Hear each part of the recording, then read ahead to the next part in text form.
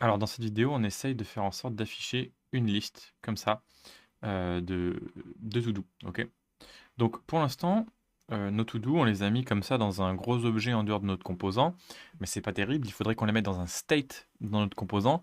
Pourquoi? Bah, parce que plus tard, on voudra modifier cette liste, ajouter des choses dedans, modifier le statut, par exemple quand on clique sur une tâche.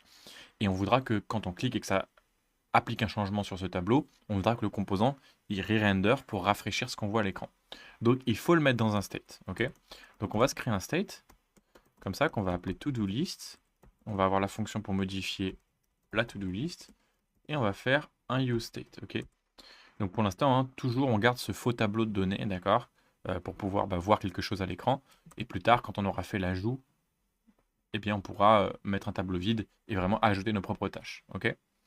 Et donc ici, maintenant, il faut remplacer le gros to-do list par to-do list. Et on est revenu au même, c'est juste qu'on utilise un state maintenant.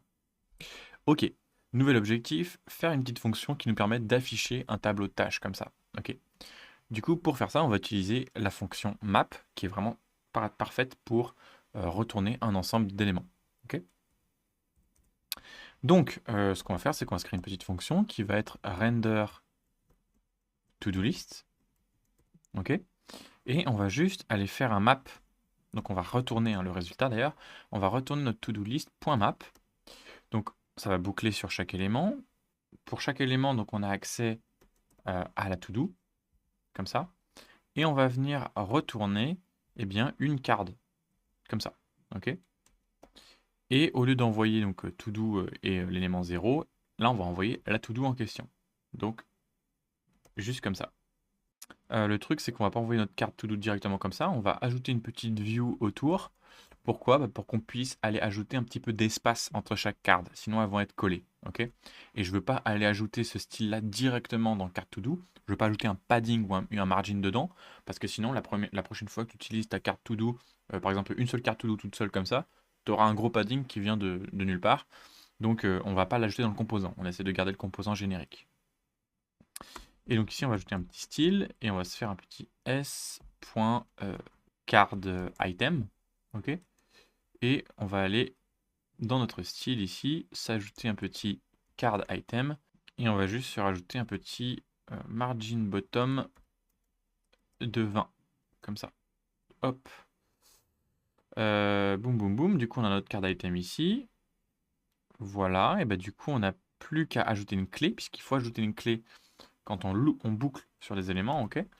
Et donc, eh bien, pour l'instant, on a un identifiant qui a l'air à peu près unique ici. Il faudra qu'on s'assure que quand on crée des tâches, on ajoute bien euh, un identifiant unique à la tâche plus tard. Du coup, ici, on donne une clé et on va donner key.todo.id. Voilà. Et ben, c'est pas trop mal. Du coup, on pourrait appeler notre render to-do list ici directement dans le body. Ok. Hop. Clac. Et là, boum, on a notre liste. Donc, génial. C'est cool. Par contre, tu vas voir que si on ajoute d'autres éléments, hop, je vais prendre d'autres éléments. Je vais en ajouter, donc 5, 6, 7 et 8. Eh ben, t'es embêté, tu peux pas scroller. Ok, c'est un petit peu embêtant.